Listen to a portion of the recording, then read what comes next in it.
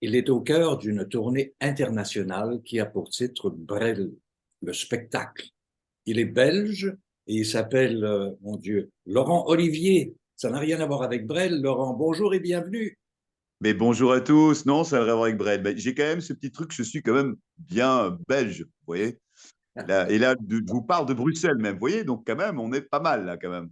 Oui, oui, le rapprochement est fait. Mais c'est bien Olivier Laurent.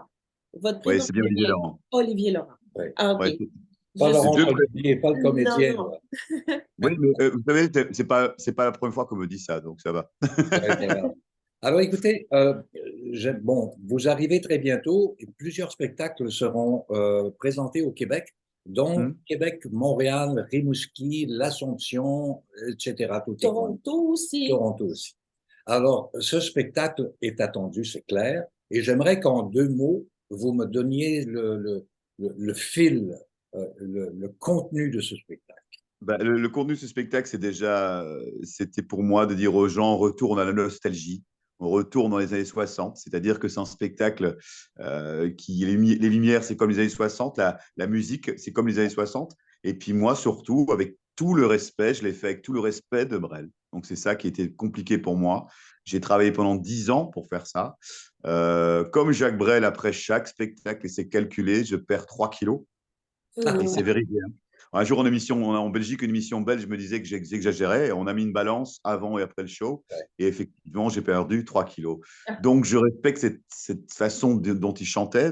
La façon dont il chantait, je respecte vraiment son travail. Et voilà. Et je crois que le résultat, les gens ont l'air d'être très contents en tout cas. Et c'est toujours un honneur et un plaisir de jouer ce spectacle. En fait, vous avez des critiques dithyrambiques puisque le Parisien dit il n'imite pas Brel, il lui redonne vie sur scène et le Figaro, il le réincarne. C'est quand même de très beaux compliments. C'est très beau compliment et quand je les ai vus, j'ai du mal à le croire. Mais en même temps, je suis heureux pour toute l'équipe, je suis heureux pour la production, je suis heureux pour tout le monde parce que bah, c'est chouette d'entendre ça et de voir ça. Et puis quand moi je vois des gens qui viennent me remercier après le spectacle, vous savez, je joue en ce moment une tournée aux Pays-Bas et tous les soirs, je dis bien tous les soirs, j'ai du mal à le vivre, enfin non, du mal, c'est positif et vous allez comprendre pourquoi. Tous les soirs, les gens viennent pleurer dans mes bras. Ah, Je peux vous dire que pour me dire merci, et alors que je vais dans des pays où on ne parle pas le français, donc, mais ça m'émeut énormément parce que de voir ça tous les soirs, oui, ça m'émeut, et en même temps, je me dis, j'ai rencontré l'attaché de presse, le vrai attaché de presse de Jacques Brel, qui est malheureusement décédé il y a un an, mais il m'a connu en faisant le spectacle, Monsieur Raymond Herrera, qui était son attaché de presse, et il m'a dit, en sortant de scène, il pleurait également dans mes bras, il m'a dit, il aurait été très fier de ce spectacle-là. Et là, quand il m'a dit ça, oui, j'étais très, très, très heureux, oui, très content et j'ai passé une très belle soirée. Oui. Ah, génial. Oui, et comment c'est venu de chanter Brel? Est-ce que ça fait longtemps que vous y pensez? un Est-ce que amour vous avez... d'adolescence. Ouais. Alors, je vais vous expliquer un peu comment ça se passe. Déjà, je suis imitateur, j'ai une centaine de voix à mon répertoire. Je n'imite Ah, pas que Brel. Et en fait, tout a commencé, je vais vous le faire a cappella, parce que j'étais en vacances avec mes parents quand j'avais 6 ans. J'étais en vacances dans le sud de la France, à Saint-Paul-de-Vence. Et j'ai rencontré un grand monsieur de la chanson française qui a chanté que pour moi, c'était monsieur Yves Montand. Vous voyez? Oh, oh. Et je t'en souvienne, c'est une chanson oh, qui nous ressemble, toi qui m'aimais, moi qui t'aimais. Et j'ai dit à mes parents, voilà ce que je vais faire dans la vie, je vais faire comme ce monsieur-là. Et puis après, j'ai découvert tous les grands de la chanson française. Mon grand-père adorait Brel, mon grand-père adorait Gainsbourg. Et j'ai voulu être imitateur, mais pas imitateur humoristique. Vous voyez ce que je veux dire? Je voulais imiter les autres. Donc j'ai commencé à imiter des voix comme Pavarotti, comme tout le monde. Et dans mon spectacle d'imitation classique, il y avait une chanson de Jacques Brel que je parodiais à l'époque. J'avais fait une parodie qui était sur ces gens-là, j'avais fait ces ministres-là. Et des gens étaient dans la salle et ils m'ont dit, la famille de Brel, et un producteur est dans la salle, il m'a dit, il faut absolument que tu fasses un spectacle sur Jacques Brel. Je dis, mais ça va pas, les gars. Non, non, non, non, non. Moi, je voulais, je voulais pas. Je voulais pas. c'est Pendant, s'attaquer à un monument en même temps. et je ne voulais pas, je ne voulais pas. Et pendant 5 ans, ils sont venus me voir. 5 ans, 5 ans, 5 ans. Et chaque fois, allez, fais-le, fais-le. Et un jour, j'ai dit, écoutez, les gars, on va le faire, mais j'y croyais pas du tout. J'ai travaillé, j'ai pris des musiciens. Et on fait un spectacle à Bruxelles et on a un standing ovation qui était terrible. Ouais. Mais j'ai décidé de ne pas le faire parce que je ne me sentais pas prêt. Donc, j'arrête à nouveau. parce que j'estimais que j'avais pas assez travaillé. Et là, maintenant, oui, maintenant, là, il est prêt et il se passe un truc incroyable tous les soirs, quoi. Et je suis très, très content de faire ce spectacle. Le souci de la perfection. Ça vous Oui, habite? oui, je veux que ce soit parfait. Je veux que. Parce que vous savez, quand on s'attaque, vous l'avez dit vous-même, à des monuments pareils, on n'a pas droit à l'erreur. Et si vous faites des erreurs, bah, tout de suite, vous allez être cassé dans le milieu et c'est fini. Donc, il fallait vraiment travailler tous les détails et tout ça, quoi. Ouais. Vous avez des musiciens et il y a une scénographie. Alors, par quel Oui. bout voulez-vous commencer? Oh, bah, il y a les deux. Je pense que les musiciens sont pour moi exceptionnels. C'est ça. Vous allez voir l'accordéoniste et ouais, quand il fait Vesoul, la chanson Vesoul, vous allez le voir, il est terrible. Il est plus que terrible. C'est un génie de l'accordéon. Mais ils sont tous extraordinaires. La contrebasse, tous l'équipe. En fait, ce qui est génial aussi, c'est qu'ils me le disent tout le temps aussi, c'est qu'avec toi, on est obligé de vivre le spectacle. Parce que je chante jamais, ne me quitte pas deux fois de la même façon. Ah, C'est-à-dire que je demande aux musiciens ces chansons-là de me suivre moi et pas moi, et c'est pas moi qui les suive. Donc ça se peut qu'un soir je vais chanter Ne me quitte pas plus calme, puis un soir plus Ne me quitte pas, parce que ça dépend de comment je me sens. Vous voyez ce que je veux dire? et La ça, c'est fatigue. la beauté d'avoir des musiciens live, Ah bien sûr. parce que quand on joue avec une bande, on n'a pas le choix, il faut vraiment aller avec. Mais là, Moi, c'est quand on a des je fais bons pas, musiciens. je fais pas de spectacle sur bande pour ça. Et je perds parfois beaucoup d'argent à cause de ça. Mais c'est pas grave parce que je veux vraiment avoir ce côté live avec les gens et je veux que les gens ressentent qu'il se passe musicalement quelque chose et que même à un moment donné, si c'est un petit peu à la Brel, parce que vous savez, Brel, c'était un peu rock'n'roll parfois. Hein. Vous savez que Brel, à un moment donné, moi je le fais pareil, il mettait son bras comme ça, il fallait y aller, il fallait y aller. Et parfois lui allait plus vite, les musiciens allaient plus vite. Il y a même la célèbre chanson où il se trompe, où il dit la valse à 1000 temps, il dit la vache à 1000 temps. Donc, Je la vous pouvez voir connaissais pas, celle-là. mais si vous allez voir sur les réseaux, vous tapez ça, vous allez trouver. Mais il s'est trompé, et puis il commence à rire, etc. Et Brel était très. Sur scène, moi, je dis toujours, quand je dis aux gens, vous coupez le son et vous regardez Brel. Vous savez quoi? C'est rock'n'roll. Mais On oui. dirait du rock. C'est un mec, il vit, il bouge. On dirait du rock'n'roll, alors que c'est pas du rock'n'roll. Mais c'est ça que j'aime dans cet esprit. Et les musiciens, ils ont tout compris. C'est pas juste faire un tour de chant, Jacques Brel, mais ils ont compris qu'il fallait être comme ça avec moi. Et ça, il y a une osmose entre eux et moi qui est juste exceptionnelle et ça se ressent très fort. Voilà. Mais justement, il faudrait les nommer, ces musiciens, parce que c'est une part Ah bah, je vais les importante. nommer. Il y a Philippe Villa qui est un peu le coordinateur de toutes ces musiques, qui est extraordinaire, un pianiste extraordinaire. Et il y a notre ami Ben Pierron. Alors oui, alors lui, il fait des percussions. Vous allez voir partout, il joue avec des trucs incroyables. C'est juste incroyable. Il y a Thomas Gros qui est qui est à la contrebasse, pardon.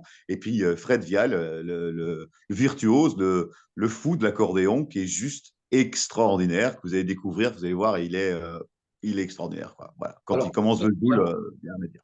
venons-en à la scénographie. J'ai vu qu'il y Alors, avait quelqu'un d'autre sur scène.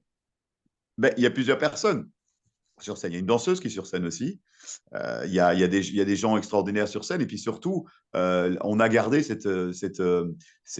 comment dire, on a mis une modernité, mais on a gardé la tradition de Brel. Ce que je veux dire, c'est que je voulais vraiment qu'on ait cette année des années 60. Il n'y a pas moyen, il n'y a pas d'écran géant, il n'y a pas tout ça. Je voulais vraiment qu'on se dise, on retourne dans les années 60.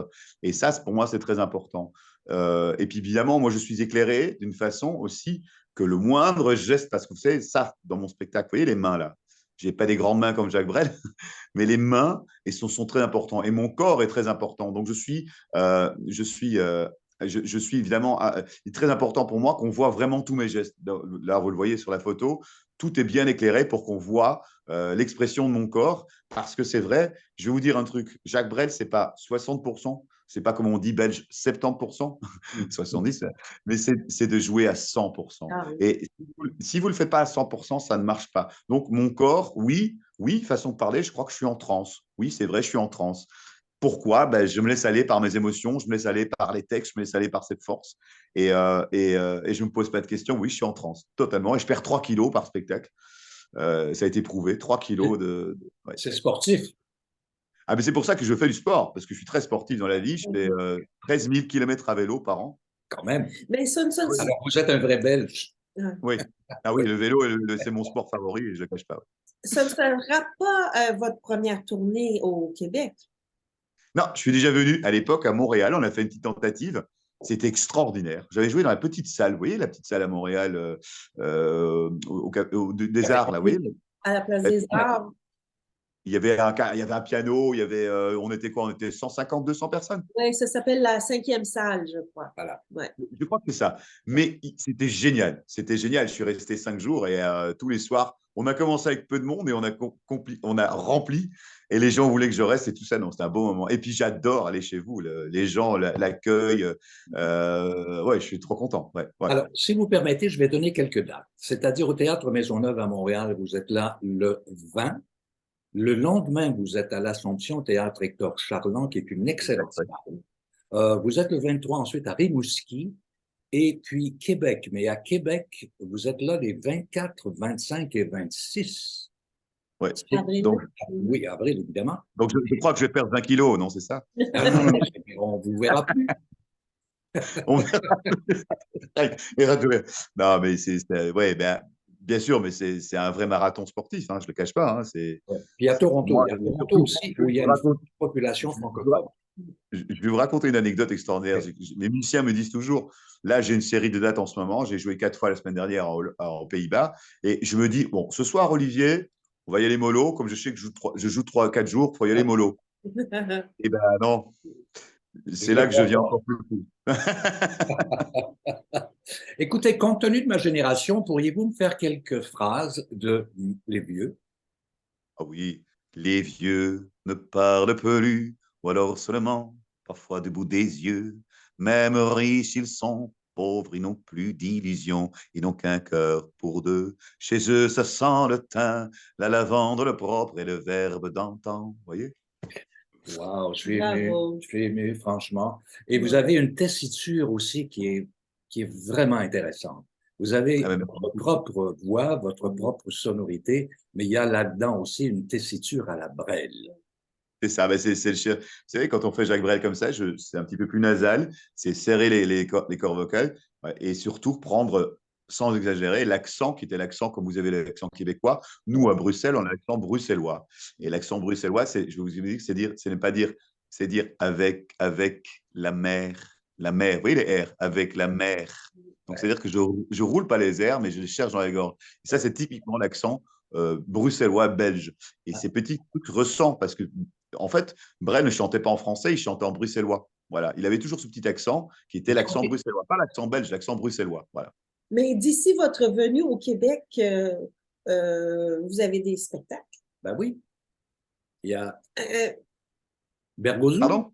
il y a Bergozoum le Oui, 6. oui, oui, oui, oui. Là, je vais à Bergen-op-Zoom, là, je vais aussi à Bussum, et puis j'ai quelques émissions de télé. Là, j'enregistre une très belle émission de télé samedi en Belgique, à la côté partie flamand, parce que je parle flamand.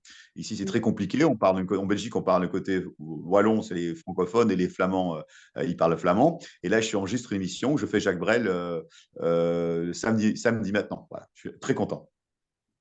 Ça va faire ça va être un succès. ça va être un succès. Assurément. On invite les gens à aller Ben oui.